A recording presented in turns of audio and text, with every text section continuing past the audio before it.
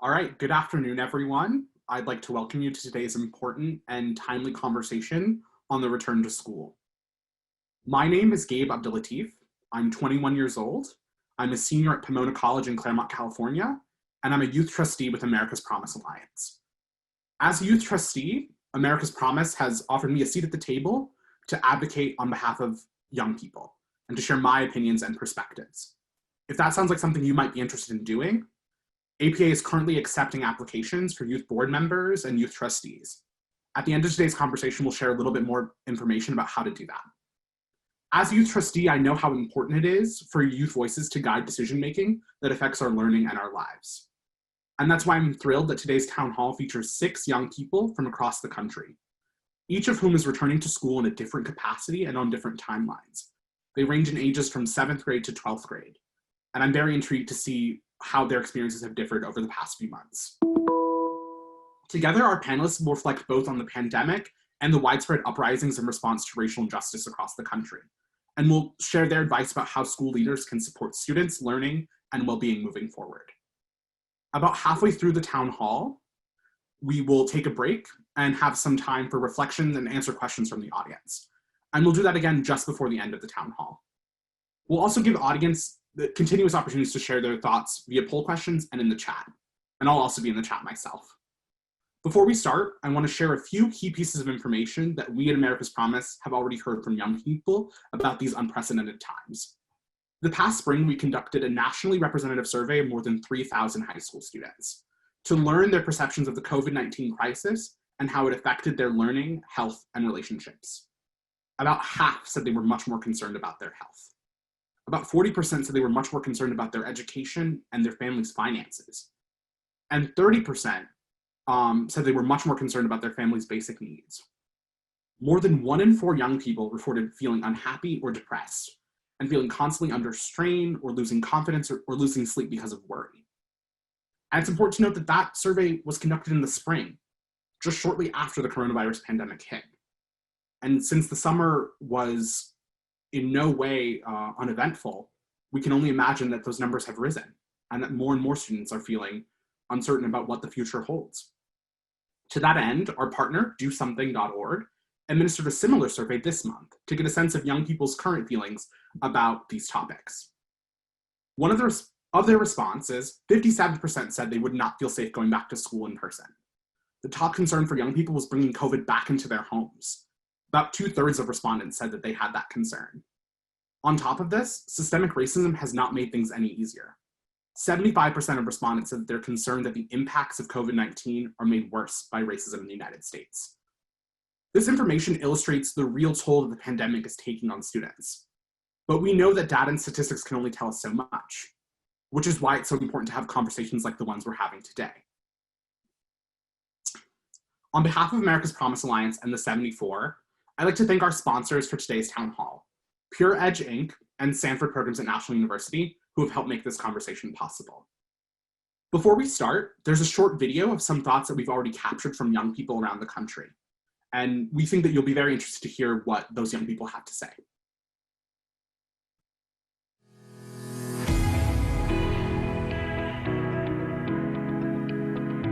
For starters, there were definitely some good things and bad things about the COVID-19 crisis. A few of the good things, I can work at my own pace. So if I move faster or slower than other students, I can easily get the work done without having to just kind of wait for everything else to be done.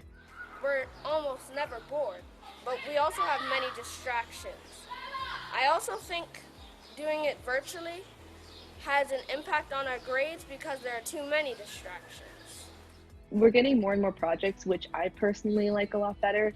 I'm more of a hands-on learner. I really enjoy things that I can be interactive with and connect to. And I think we're getting a lot of those type of assignments in our classes. So I hope we keep doing more interactive projects because I think that's where we really learn the most and we get to connect more with our learning. Be aware of what's going on in the school because it's definitely one thing for students to just not have friends, but it's another thing for students not to be able to communicate with their friends. So definitely just to be aware of the timing like not log off the Zoom call right as soon as we're done with our work, because we do need that time to be able to communicate and talk with our friends after the Zoom call, because it's really important that we're still socializing. I think as teachers, their job is to also make sure that we're feeling safe and like calm throughout this process, but the first thing is to prioritize their own mental health before they talk to us. I'm not really worried because my teachers did amazing last year, and if my new teachers do half as good as that, then we will be fine.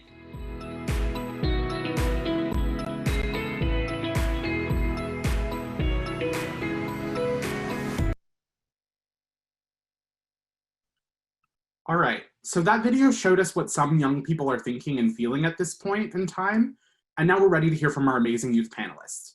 As we move through the conversation today, we invite you to share your thoughts on social media using the hashtag #ListenToYouth.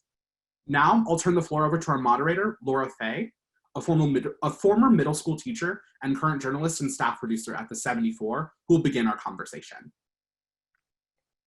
Thank you so much, Gabe, and welcome everyone. As Gabe mentioned, we hope all of you will be able to actively engage in our conversation today. It looks like a lot of people have already chimed in the chat with mixed emotions about school reopening, so please keep that up. We're excited to hear from our students and from everyone in the audience.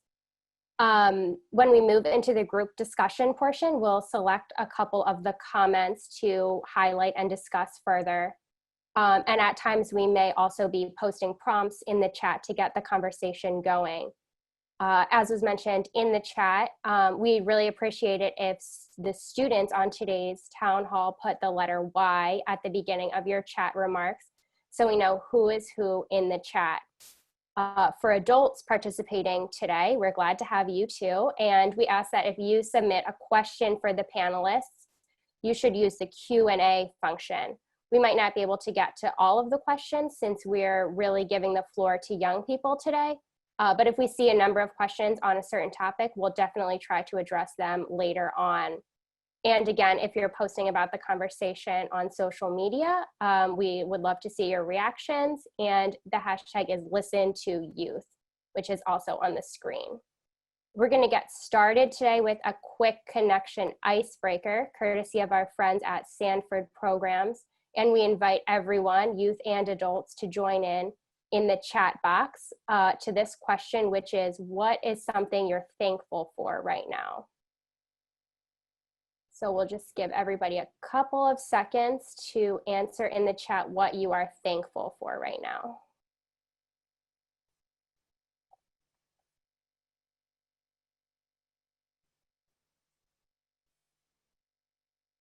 Thanks so much to everyone who's responding. It looks like a lot of people are thankful for their family, for health. See some people thankful for their pets, which is always fun.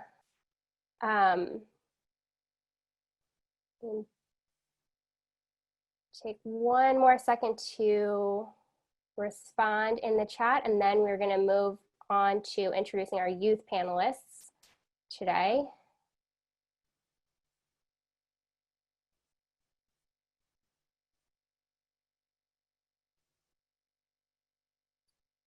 Okay, now I'm going to invite our 6 youth panelists to introduce themselves. If they could share their name, hometown, grade, how they're returning to school, and the one thing that they are most thankful for right now. So why don't we get that started with Z. Hello, my name is Azaria Estes, but people typically call me Z. I am from St. Louis, Missouri. I am supposed to be an 11th grader at Rittner High School, but I'm actually a full-time college student for dual enrollment at STLCC. And the way that we are doing things at the community college is all online classes. Some can be hybrid, but personally, I wanted all my classes to be virtual. And a few things I'm grateful for is to just be able to be alive, my family and friends, and to have wonderful opportunities like this one. Thanks, C. Jackson, do you want to go next? Sure. Hi, everybody. My name is Jackson Escamilla. I'm from San Antonio, Texas, and I'm a 12th grader this year. Just real quick and brief, we are starting school with kind of a hybrid 3-week online, beginning online, and I'm very grateful for my family and my health right now, and just to even have food on the table. And I think some people can't say that right now. I'm just really thankful for that. Thanks, Jackson. James, can you go next? Sure. Okay. Okay, let's do this. Okay, how do I? Okay, let's. Do I do this switch camera or how do I? Your camera's on, so you can just get started with your name, where you're from, grade, and what you're thankful for. Okay. Hi, my name is James Ramirez. I'm a senior at Alma Heights High School from San Antonio, Texas. And what I'm thankful for is just thankful for my family and my friends, and just to have a home. And how is your school year starting? Online? Yes. Great, thanks, James. Let's go next to Romeo, who is in a school building, which is very exciting. Hi, I'm Romeo. I'm from Blacksburg. I'm in 7th grade, and I'm thankful for my family and having a roof over my head.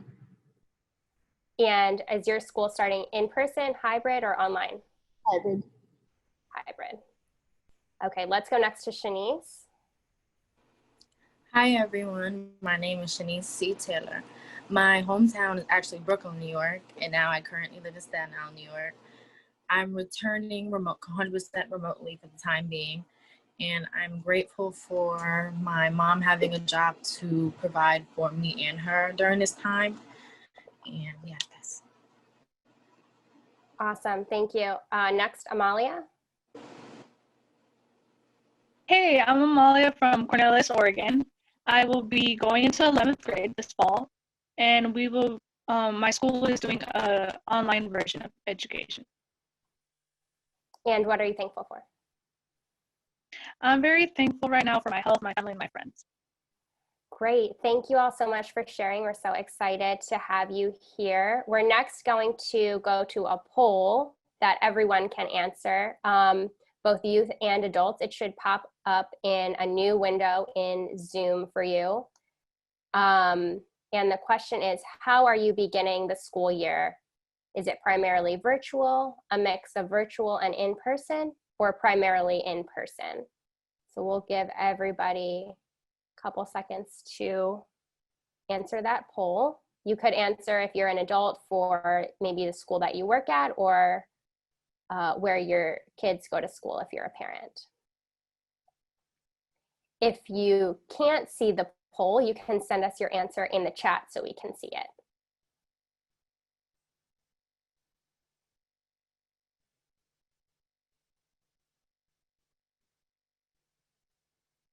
Okay, it looks like you should be able to see the results now. It looks like most of our panelists and attendees are primarily virtual for the beginning of the school year. Only 4% said they're starting in person. So it will be interesting for us to hear from Romeo about how his in-person classes have been going so far, even though he is hybrid. I'm now going to turn it over to the panelists for our first question, which is about the logistics of school reopening. So lately we've been talking a lot about things like social distancing, masks, and temperature checks that were not a thing before this pandemic. Lunch in the cafeteria, taking a bus, and school cleaning procedures, and having a quiet place to do schoolwork at home are also things that we took for granted before the pandemic in many places. So I'm wondering from you all, which of these logistics are top of mind as students? And are there any logistics that you're worried about and have on your mind that your schools are not talking about? Does anybody want to jump in on this first? I can go first. I feel like the first thing that is on everybody's mind and is on all type of social media platforms and media platforms is masks. Masks are the first thing that people see, and it kind of dictates that whether you're, paying attention to the guidelines. Obviously, there's people that don't believe that masks are working and people that believe that they do. But we all know that it's something that stores and restaurants are implementing, so it's at top of tier. Temperature checks aren't as much noticed, but social distancing is something that's easily forgotten in certain cases. Like if you're seeing family and friends, you're kind of like used to being like, hey, what's up? But for the most part, I feel like masks are top and everything else is starting to be implemented later on. Do you feel like your school is doing a good job with the logistics so far? I definitely think they are trying their absolute best with the circumstances that they are given, but there are some things that can be worked on to be better implemented. But for my school personally, we already have like an app where we have to do a health check before we even enter the campus. So we already know what your health status is. So I think we are doing a pretty good job of that. Does anybody else want to build on that about logistics that you're worried about? I can jump in. So I have a brother with disabilities, and I don't think I said this earlier, but I am a Special Olympics youth ambassador for North America, and obviously I have a very deep connection for people with disabilities and a very big advocate. But one thing I'm very kind of nervous about going back to school and hopefully a couple weeks is bringing it back to my family and my brother. And I think this is most on everybody's mind, a youth or an adult. And I hope that my school and other schools around the country and the world are taking the, 6 feet guideline and the precautions, all of the precautions, mask wearing, temperature checks. I hope it's all being taken into consideration, because I think, like Z said, a lot of people kind of forget when they're at school and around their friends and family that, oh wait, we're still in a pandemic, we still have to, keep our distance and stuff. And I hope that teachers and administration of schools take that into consideration. Definitely. I'm wondering from all of the panelists if anyone's school has asked for student opinions about some of these logistics and kind of taken student voices into consideration. Go ahead, Amalia. So not necessarily us students, but yesterday, they had this virtual meet with all the parents, and it was required. And they were basically having a Q&A and asking teachers to families, right? What concerns they had and what they recommended, and they went very thoroughly with all the precautions they're going to take. So they mostly asked the parents of their children, since it was more, I guess, as a way as that everybody had an opinion. And if they had asked you directly, Amalia, what would you say are some of the things you want to make sure they're doing and you want to hear from your school? I mean, since I'm going online, because they gave us the option if we wanted to go hybrid or online. And since, just like someone else had mentioned, I also have a sister who has a breathing condition, and we were very concerned with that. So my mom, to prevent it from ever coming back, we decided to go online. But for what I've heard and the precautions, it seems to be very safe, and it is very, it was very surprising, because I expected it to be less, like they took it more seriously than I thought they would have. Yeah, and they're going to be constantly sanitizing things. They're going to limit the amount of students that are going to be in the building per day.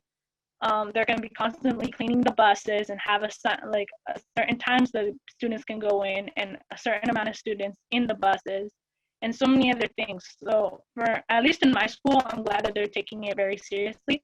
But I don't know, for example, since my sister is an elementary student, I'm not sure what precautions they're taking. Yeah, definitely a lot of questions people still have. James, did you have anything to add about school reopening and some of the new rules that are in place, like wearing masks or staying 6 feet apart when buildings are able to open? Yes, I do. Okay. Okay, let's do this. So what was the question again? Jeez. What do you think about the new rules like wearing masks and staying 6 feet apart? I mean, I feel it's feel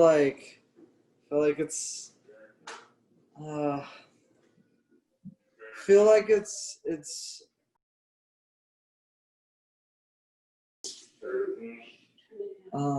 It's okay. We can come back to you if you do you want a minute to think? no, I got it. I just need a Okay, take your time. thing like, I mean, I just okay. What I think about the rules, just, I mean, like, ah, ah, um, Do you okay, think, oh, go ahead. okay, so what I think about the rules, Do you think students are going to listen to them and like wear a mask when they're supposed to? maybe, okay, wait, no, wait, now I got it. I don't, I mean, like, they probably will, maybe, yeah. So I think it's like, but also like, also they might not, they might,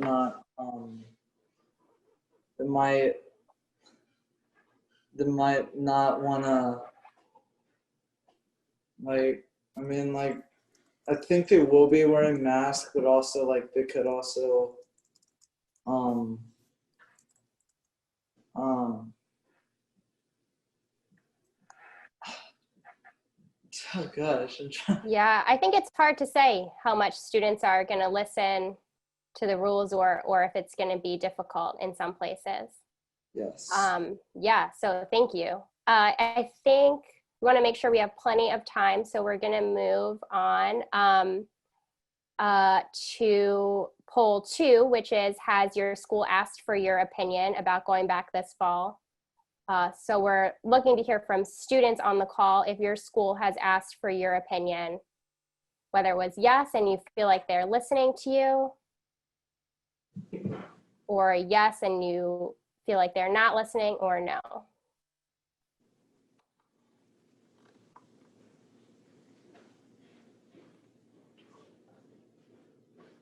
You have 5 more seconds to answer that.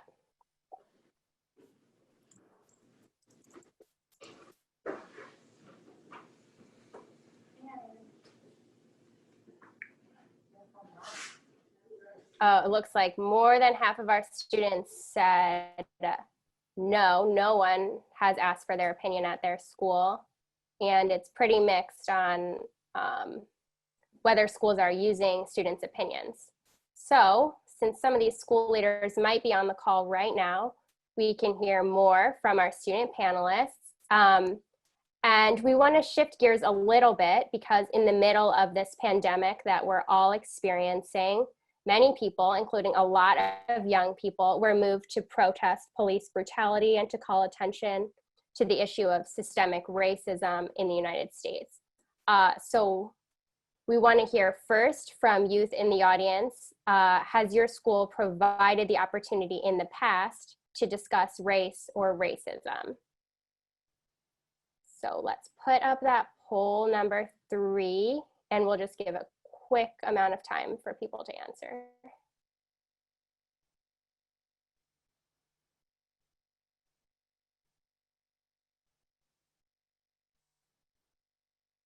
So how often has your school in the past provided the opportunity to talk about race or racism?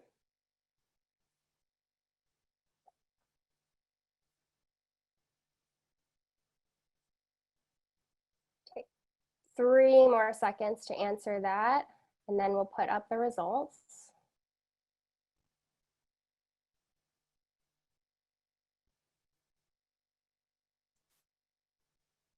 So that's pretty mixed, but looks like mostly sometimes, rarely, and never.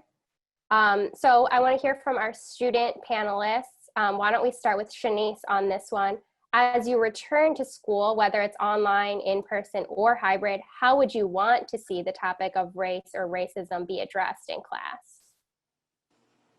Okay, so the topic of racism to me is nothing new to me. I've seen it in many different forms, and something that I really want to see schools, like when we come back, it can't just be, this is just politics, this is the, oh, it happens, but what can you do?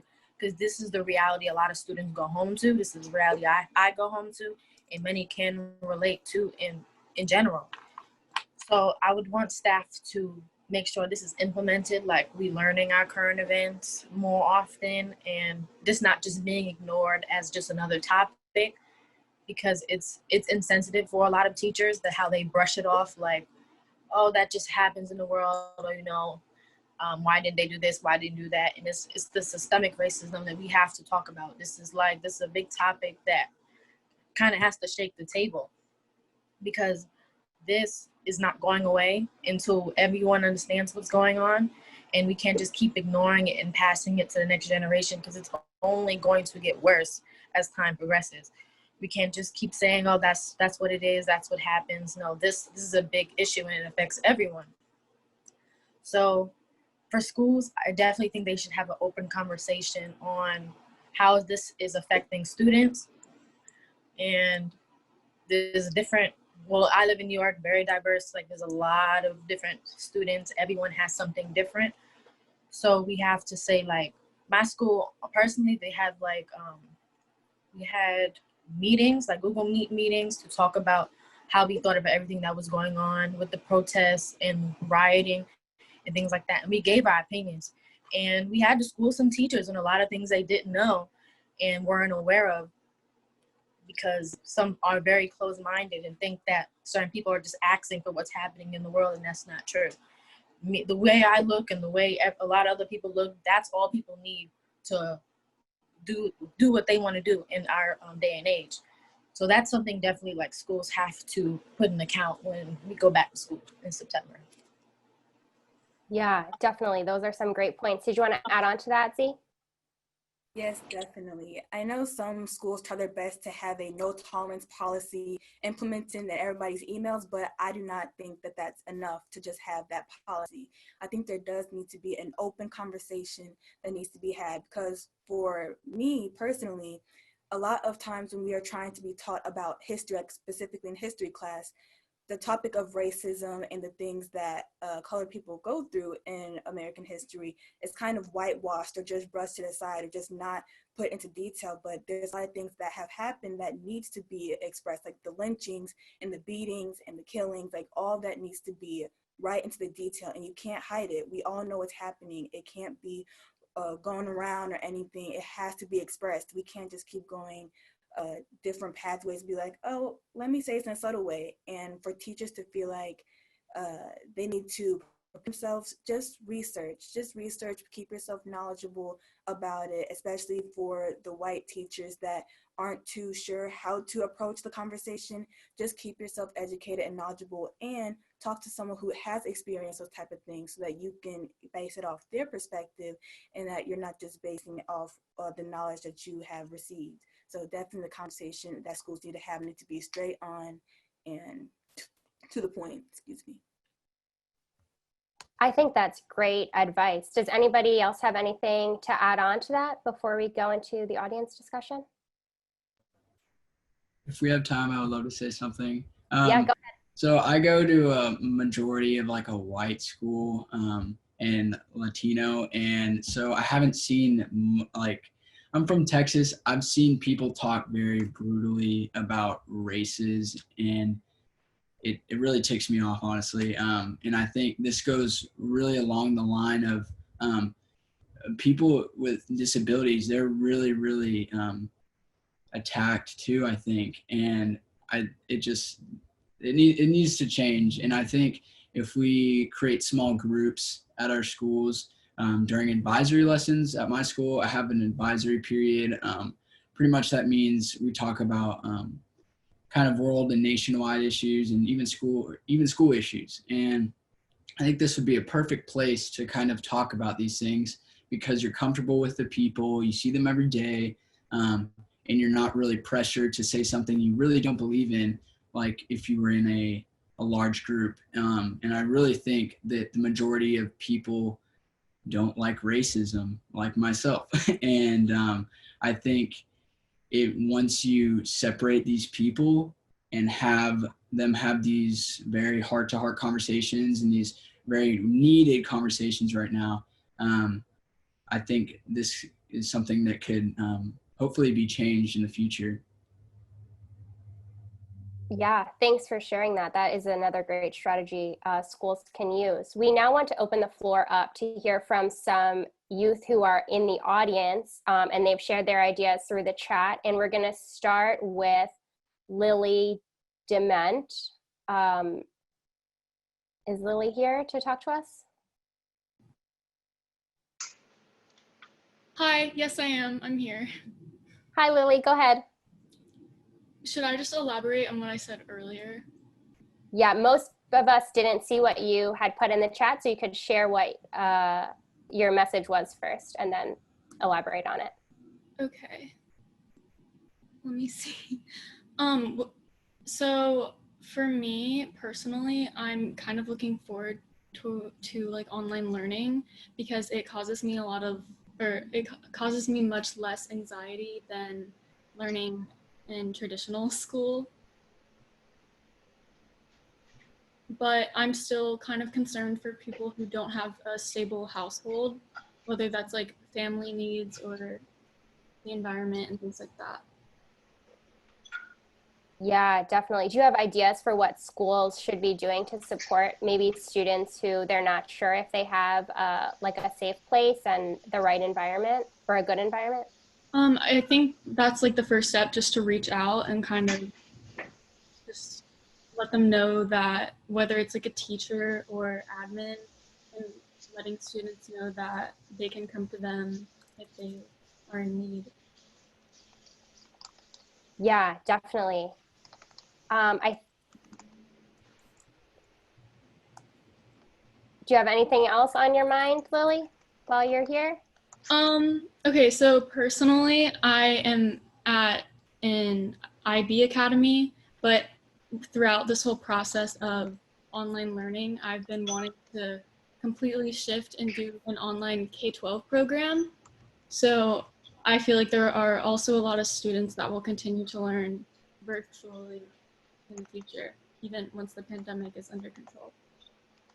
Yeah, that is definitely something interesting that we're learning. Thanks so much, Lily. We're next going to go to Bhavana. I hope I said that right. You should be good to go. And maybe introduce yourself first. Hi, I'm Bhavna. I'm a 17-year-old at the Lawn Public Service Center in Colts Neck. So I live in, just talking about like the racial justice, racial equity topic we were talking about just now. I go to a school now that is much less diverse than my middle school. So I've encountered a lot of the issues that like we've discussed with intolerance or ignorance. And that's why I started Asian Club at my school a year or two ago. But I've seen that now we need a lot more of investment directly from the school in conducting these conversations, because it's not enough to just have a 30-minute conversation during lunch, because as productive as that has been, I think there's still a lot of hesitance from teachers, especially public school teachers, to jeopardize their careers, I guess, if they accidentally say something incorrect. So I think what we need is support for students, but support for teachers too, because they need to know what the boundaries are, and they need to know what is okay to say, what isn't okay to say, and how to actually be trained to lead those types of discussions in class. So that's definitely one of the things that I want to see moving forward. Yeah, definitely. Thanks for sharing that. What advice would you give to teachers who are maybe still getting ready for the school year? They know they need to be having these conversations, but they're not sure where to start. I would definitely say in the process of researching for the Power of Youth grant, I came across a bunch of organizations like Teaching Tolerance and a few others that are directed towards educators, and they provide a lot of resources with these exact types of situations. And they also have educator grants. So for anyone that's on the call that would want to have funding to lead a discussion like that, they have a lot of resources that you can tap into to kind of provide that space to your students. Yeah, that's a great point. Teaching Tolerance is a great resource. Thanks for sharing that. I want to turn back to our panelists. We have a question from one of the adults who's watching, and they're wondering what you think about the idea of maybe a student-led equity committee at a school to look at things like curriculum and school policies. If you think that would work, or you think that's a good idea. For like in each individual school in the country, or like one big school where people from all over the country joins that one conversation? Well, which one do you think it would be better, I guess? I think either one of those. Well, yeah, either one would still provide some type of progress, but I think it would definitely be beneficial to have a student equity committee, because I think I've also been a part of something like that with my high school, and there has been conversation that needs to be had, very truthful, very raw, and we are able to express it to the administrators of the school, and then they're able to get a different perspective and hopefully maybe able to implement some of those things through the actual school system and have different conversations had, have different events made, and have different ways to communicate to the students, like through social media platforms. And so, yeah, definitely having a student equity committee, I think that definitely be a beneficial thing to have all schools to implement. Yeah, definitely. Does anybody else have anything to add on that question? I'll add something. So like Z, I've been on multiple boards of kind of just student-led or not student-led advisory, student councils. I've been a part of student council. I've been a part of my unified club at school, which is kind of advocating for people with disabilities and just kind of all the, I guess, stereotypes, if that's the right word, in the school place. And I have definitely seen a difference in how people talk to each other and how they just kind of act around them about just bringing up, I guess it's kind of hard to explain, but so since I've been a part of these, I've seen everybody kind of change their ideas on certain topics, and I've seen people really just encourage everybody else to kind of speak out on what they believe is correct, morally correct. And I think if you can place something, have something in place like the equity committee, I think that could be something that's super beneficial. But one downside I see to that is I think you really need to look into who the people are joining the committee and making sure they have the right morals and what they're wanting to really pursue and what they want to get out of it, and if they really want to do good and not bad, if that makes sense. Yeah, I think that's a great point. It looks like we have one more person to share on this before we move on from the audience. Ilana Drake, are you here, Ilana? I think she might just need 1 second to join.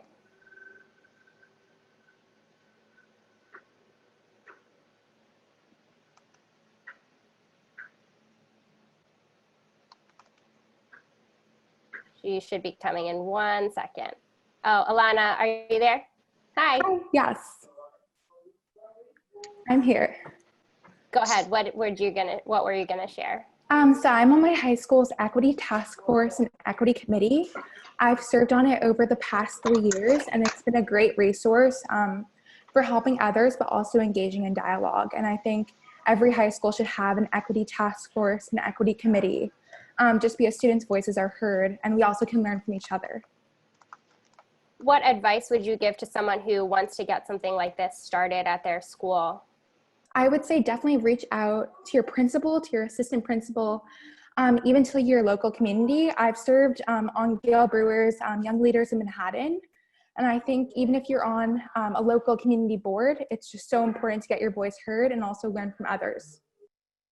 Yeah, thank you so much for sharing that. This does seem like it's something that people are really excited about in the chat, and I'm super happy that we were able to get this conversation started. But now we're going to move on to another question, starting with our 6 youth panelists.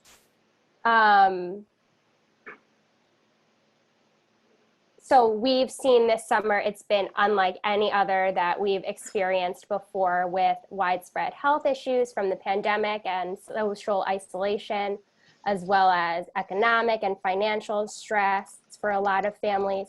At the same time as we've seen some really big violent examples of racism in our communities and uprisings across the country. And so given all of that, we know that mental health and well-being are being affected for a lot of students. And so let's start with Romeo on this one. And what steps schools can take to support students' mental health and well-being? Field teachers and staff should know what they've done over the weekend and who they've been around, so they know if they've done anything where they could get sick or anything like that. Yeah, definitely. And what are is there anything that your teachers did well in the spring to kind of keep you engaged, that they could keep going kind of while everything is disrupted? We had a bunch of video projects they had sent us, and that had helped. Yeah, projects where you were making videos and sharing them with your teachers? Yeah. Yeah, that does seem like it would be fun and get them to kind of see your face. Does anybody else want to share something that schools can do to help with? Yep, go ahead, Amalia. I think overall, prioritize mental health. It's expected that it is school and they should obviously prioritize academics, of course. But I think that if they were to prioritize mental health before academics, it would increase academic like people would be more inspired to be doing their work and they would feel comfortable to be doing it. So I think if teachers were to get educated on mental health, and also not only does it take a emotional toll on a student, it also takes a physical toll. And if someone isn't feeling well, no one's gonna put their 100% into their work. So naturally their grades aren't gonna be as well. So I think if we prioritize mental health and target what could be causing it, whether it's problems at home, racism, bullying, I think that should be the number one. Because as long as everyone is feeling well, everyone's going to have no reason not to be doing well in school. So I think, yeah, getting educated on the physical tolls that mental illness can cause would be very helpful, and just putting themselves into the students' shoes would be very helpful and would just overall make the school better and just make everyone feel better and safe at school, as it should be.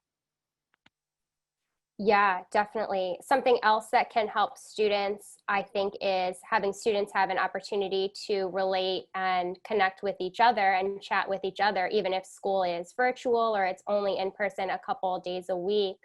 Does anybody have any ideas for how schools and teachers can make sure they're making those connections happen?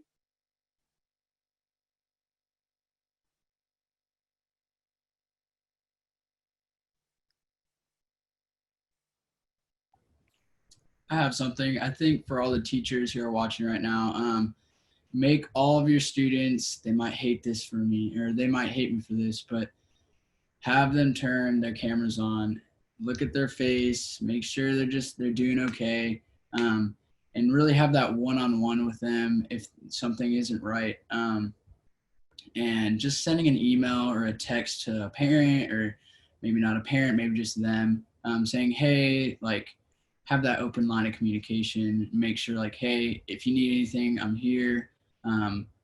I'm going through this too. You know, it's totally normal to be feeling all these anxious emotions or these sad emotions. or even upset emotions. It's all normal, and it's an unprecedented time for sure. And I think if you have that open line of communication, it'll make the not just the school environment, but just the emotional environment for the student you'll see their grades go up, and it'll just all in all be really good. Yeah, definitely. Go ahead, Z. Something you also need to take into consideration is the teacher's mental health, because you can't expect the teachers to pay attention to each individual 100 students' mental health and then they can't focus on their own. So also to all the teachers out there, you need to make sure that you go to like a therapist or a counselor, spend some time to focus on yourself so that you are able to be mentally well enough to focus on your students' needs. Because yes, we have a lot going on, but I bet you do too. So definitely take that time to take care of your own mental so that you're better to help us students in our mental health journey as well. Yeah, I think that's great advice for teachers. Does anybody have anything else to add before we look at the next question?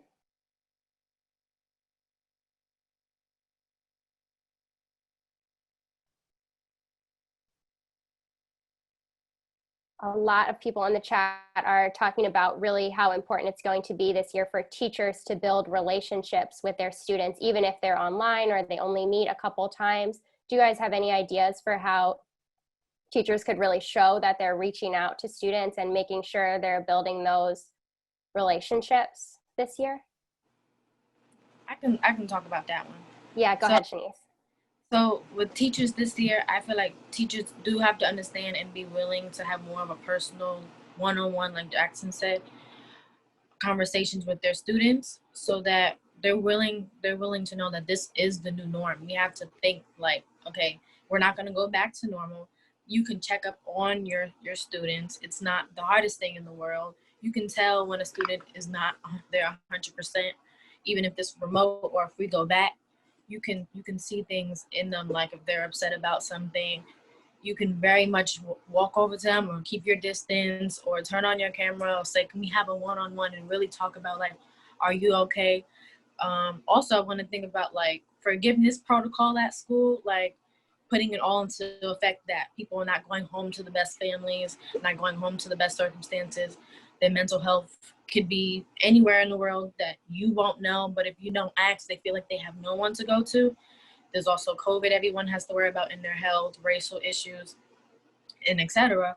Because that just shows that teachers will just show that they have a level of compassion that, yes, I know we have to get this work done, but I still care about how you're doing. Because like Amelia said, it's all connected with mental health and how you physically bring in your work. It's all connected. If your mental health is not okay, you won't produce the best work. If you don't produce the best work, it'll affect your mental health. It'll just keep circulating, and then nothing will get better. So teachers having to understand to have that compassion when we go back, that there are a lot of different factors, and learning that there are certain things going on right now that teachers may not know. But the simplest, like, what's going on right now, like one-on-one, not just asking the whole class, because a lot of students, unfortunately, you ask the whole class, no one wants to be judged looking around like, oh, I don't really want to say anything. Like, it really does say a lot when teachers walk up to you or want to email you or go on these calls and just say like, oh, is everything all right? Like, I've noticed you've been looking like this for a while. Is anything all right at home? And really start from there.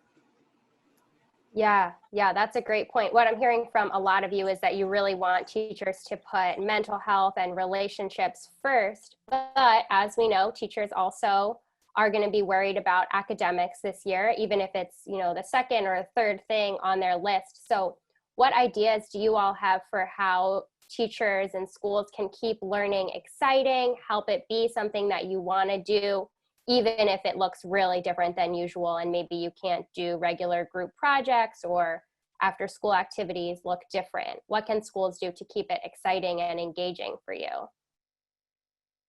There are plenty of websites out there that makes learning a lot more fun, like Kahoot or a GimKit or Quizlet, and those type of things that I personally enjoy to help me still remember the work, but it's enjoyable. It's like competitive. I'm able to be like, okay, this is not as stressful as having to read an article and then do some questions or write an essay. So if you're able to do a little bit of research and find different websites like that that makes fun learning more fun, I think it'll definitely make the whole learning experience much more enjoyable for students and teachers as well.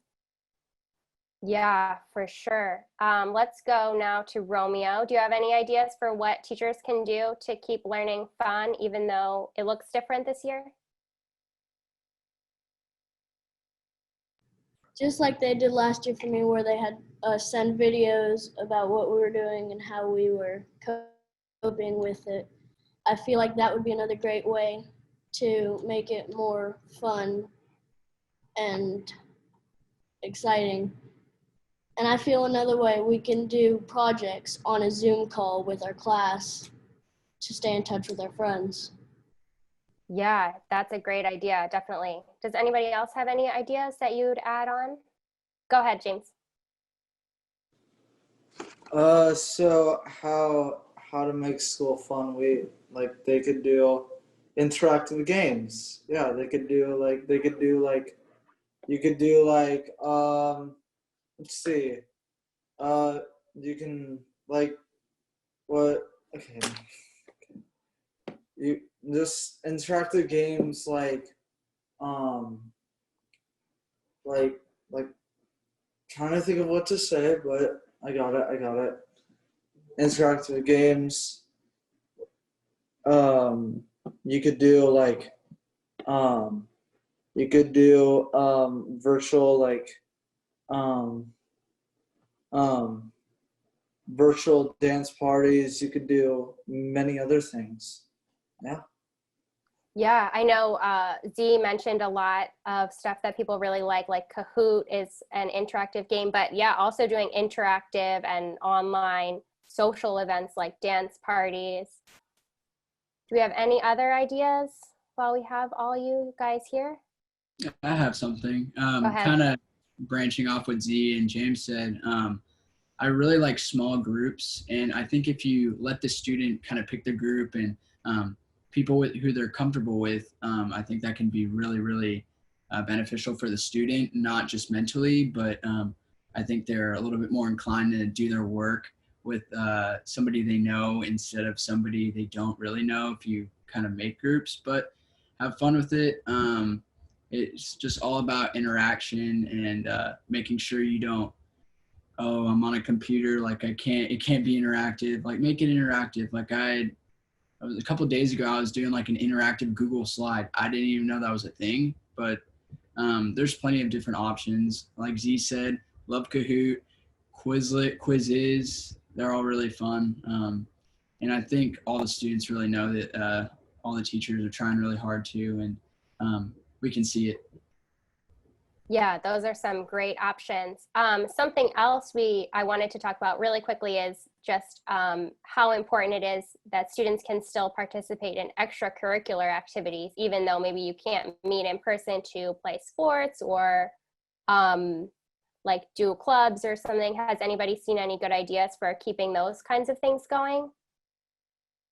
Well, I do track and field, and sometimes we meet into our own group chat and be like, okay, meet at the track at this time, and we all do our own personal practice to keep our conditioning for when there is that track and field time in 2020, 2021, whenever it's going to happen.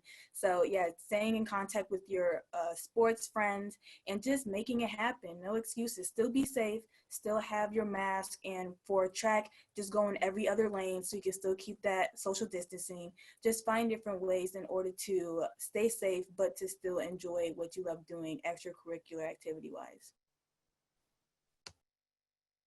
Yeah, for sure. What about other ideas for that?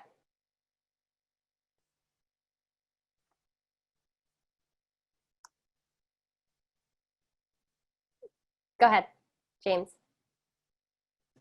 All right, so what was the question again? Okay, sorry. Keep doing extracurricular activities during the time of COVID-19. So basically what I do is I lead virtual workouts for Special Olympics. And we do a bunch of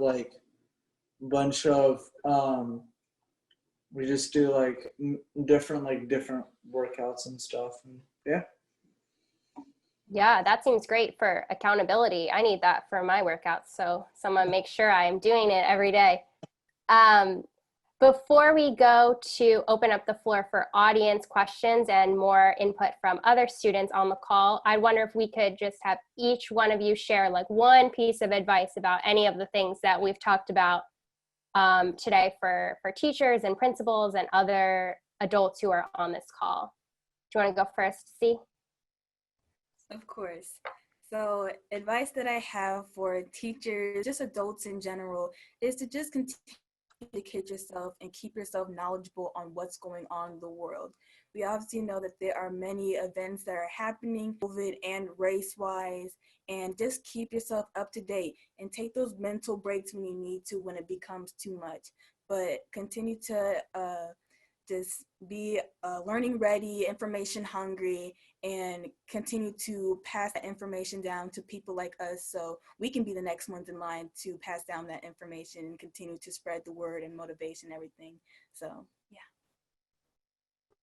Thanks. Jackson, do you want to go next? Sure. I think having that open line of communication is key to any good relationship with a student or teacher. And I think just making online school or just school in general really interactive and, with those Quizlets, quizzes, etc. And keeping in mind that mental health is a huge issue in America as well as racism. And I think if you have these hard talks that might not be very fun in the beginning, you could really see change in the long run, and just making sure that you have those small groups and just talk it out. Yeah, definitely. Romeo, do you want to go next for one piece of advice?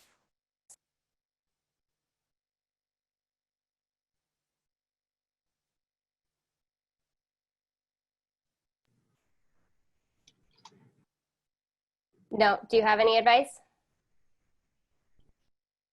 Just have fun. Just have fun. That's the most important advice. Shanice, do you want to go next? Yes, I can. So one piece of advice I have for teachers is that, like it or not, things are changing and they'll continue to change. So dismissing the opinions of youth is just not going to work. It's maybe tried to be done years ago, but it's not going to work anymore. We have to join the table. We have to realize that we are the next generation of leaders. So we have to come together and listen to each other. And since we're growing into young adults, the only way to progress is to make sure that we listen to each other and build off our discussions. We're going to have uncomfortable situations, uncomfortable conversations, but it all needs to be had when it comes to race and COVID and mental health. These are all going to be really tough conversations, but a lot of conversations are going to be tough. So teachers can just implement that every day with them and keep that with them. Like, these are students that are growing up to be young adults, going to be the next generation. We have to listen to them. Great. Amalia, do you have any advice to add? I would say just focus more on the relationship with their students. I know it's very hard since there's a lot of students, but what I've noticed, if the relationship with the teachers and the students is very well, naturally students are going to have a lot more respect for the teacher, are going to try a lot harder for the class, and overall are just going to have a lot of a better time in the class, no matter if the topic is considered boring. It's just, I feel like it's more about how the teacher teaches rather than how the subject or how they teach it. It's just genuinely the relationship with the teacher is very important. Also mental health. And like Z had mentioned, also for them to focus on their mental health, but also the students. Yeah, and I think for now, that's pretty much it. Yeah, that's great advice. James, did you have any more advice to add for teachers who might be listening? Sure. Okay. Just trying to. Do you want us to come back to you? No, it's so fun. I'm just trying to just Okay, maybe. Okay, so what was the question again? Sorry. It's okay. Just one quick piece of advice for teachers for this year. Okay, let's see. Okay.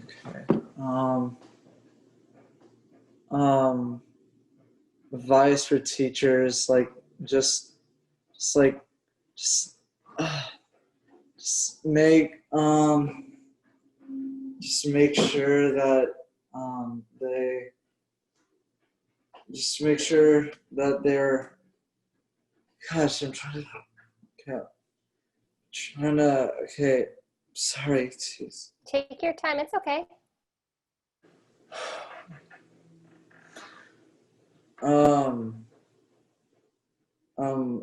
So what advice do I have for teachers? Make sure that they like just what advice do I have for teachers is just like let students know that you care. Yeah. Yeah, that's super important. We're now going to go to some questions and then to some more student comments from the audience. But first, a lot of people want to hear from Romeo about just how it's been being back in the school building and what the school day is like. It's very different from regular days. You have a bunch of different students. There's not as many people, and you have to stay at least 6 feet apart before you can take off your mask, and it's just very difficult to remember all of this. Yeah, does it feel like there's a lot of rules? It can be very, overwhelming with the rules. Are you glad to be back with your friends at least? Yeah. Yeah. Okay. I think next we're going to go to one of our students who is in the audience, Zion. Are you here, Zion?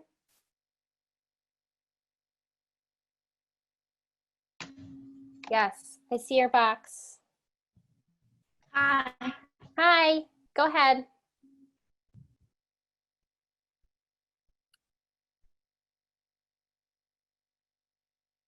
So I definitely think that communication is very important, but creativity. I'm a very open student. My family is very open about systemic racism and where we come from in our history, but I definitely think some teachers aren't able to talk about that. So I think just creativity, communication, just being able to have those hard conversations, like everyone is continuing to say, because they're not fun, they're not hard, they're not conversations that you want to have, but they are conversations that we need to continue to move forward and to become a better nation, because we're open to talk about founding fathers and everything great, but we're not able to talk about the downfalls that we've had in our country. So I definitely think just being able to have an open mind and open heart about that, because different communities come from different places. So just being able to be open about that. Like Z said earlier, white teachers sometimes aren't able to talk about that because it's a hard conversation to have, but if you don't talk about it, it's never going to get better. And that's kind of what we're seeing out in the streets, because racism is real. It's a thing that we all have to deal with. It's a thing that we can change if we start moving forward. So if we're staying stationary, we are moving 2 steps forward, but 6 steps back at the same time. So we have to continue to move forward. So maybe going more steps forward, maybe going 3 or 4 steps forward with what we're doing. So I definitely think communication is the biggest thing that we need to start dealing with, because we're not going to get better at handling this if we don't communicate. Yeah, that's great advice. Thank you so much for sharing that. Next, we're going to go to Samantha Samuel, and she's going to share. Go ahead, Samantha, whenever you're ready.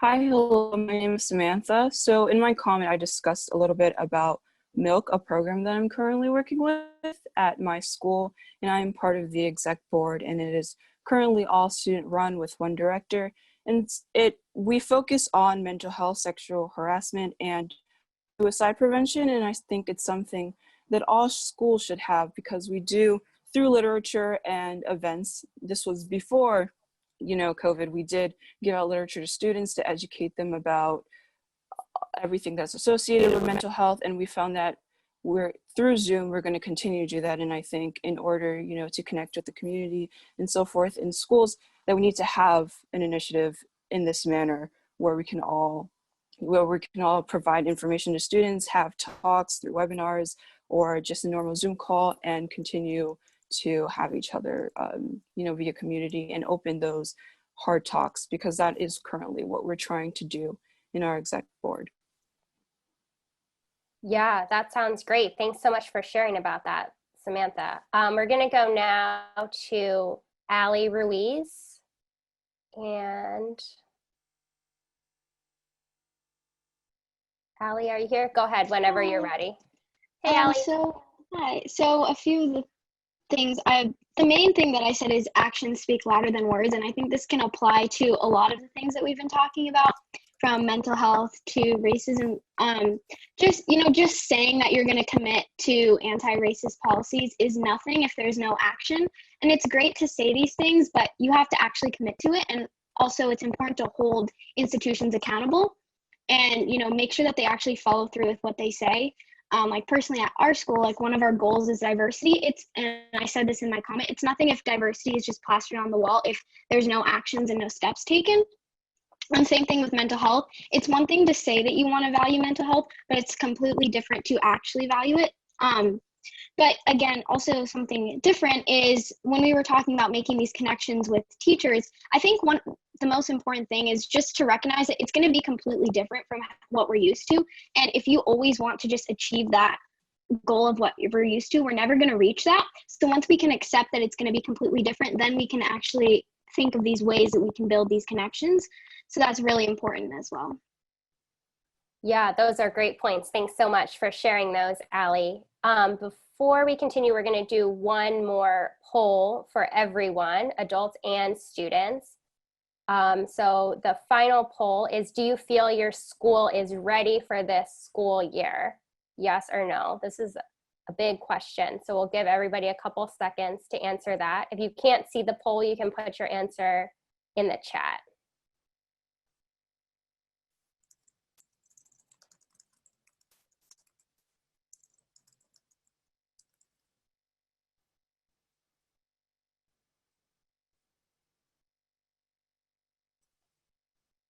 Looks like we have 70% said they feel their school is not ready, and 30% said yes, they are ready. So that was from students and adults. That's a lot of people who feel like they are not ready. But hopefully after this conversation, adults have some great ideas for how to make sure their schools are ready to deal with all these things that we've talked about. I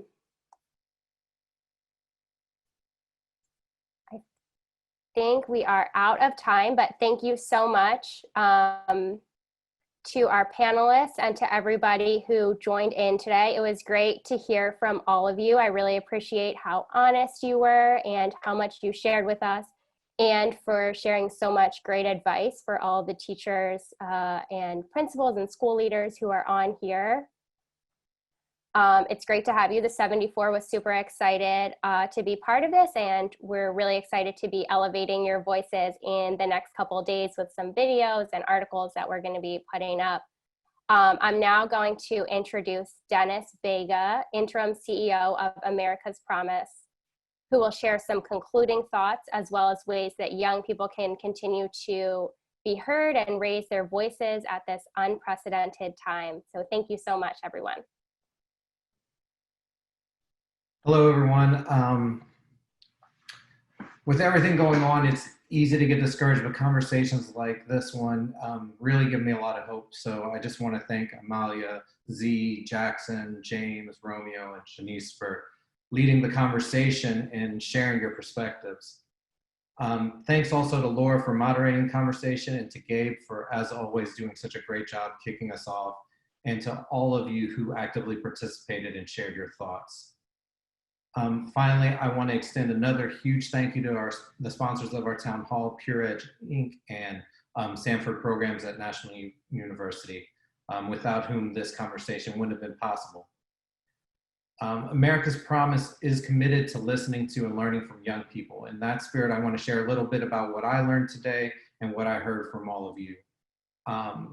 First, just no matter what format of reopening, there's a certain level of uncertainty, and that uncertainty leads to anxiety and concern. And it's important to be transparent and communicate with young people to build the trust that we're going to be successful. And as we saw, what 70% of us feel that school's not ready. The second part is we can't ignore systematic racism. As Shanice said, it's only get worse if we ignore it, and we have to find ways to have open conversations about racism.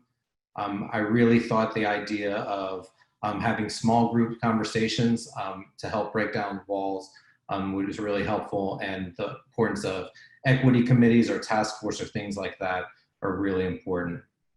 The third thing was really around well-being and how well-being has to be a priority, and how vital it is to keep connectivity and build relations. And I really appreciated the thought that we must remember the mental health of teachers as well. Z, I think, had some really great points on that. And finally, listen to youth. I can't stress that enough. Only a quarter of the students on this town hall feel the school is listening to them, and over half haven't been asked about reopening. So it's really important that we listen to young people. As you all heard, especially the adults here, as you heard during this town hall, these young people are amazing and have so much to add to the conversation and can help us be better adults. Before I close, I have a few things that I just wanted to add. Just draw your attention to a few resources that were used in reference today, including research from America's Promise and Do Something, and that captures young people's experience, and the quick connection cards from Sanford Programs.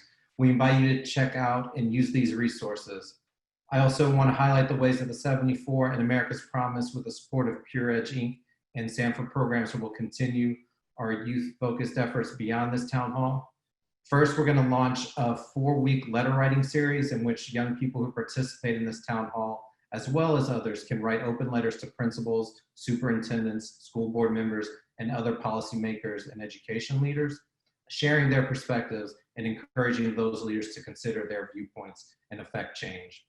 An editor from the 74 will support that letter writing process, and we will help the young people share their letters with decision makers across the country.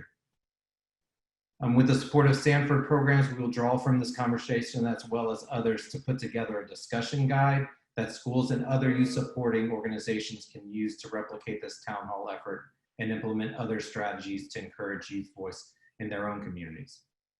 We hope this guide helps leaders continually check in with young people as this extremely unusual year unfolds.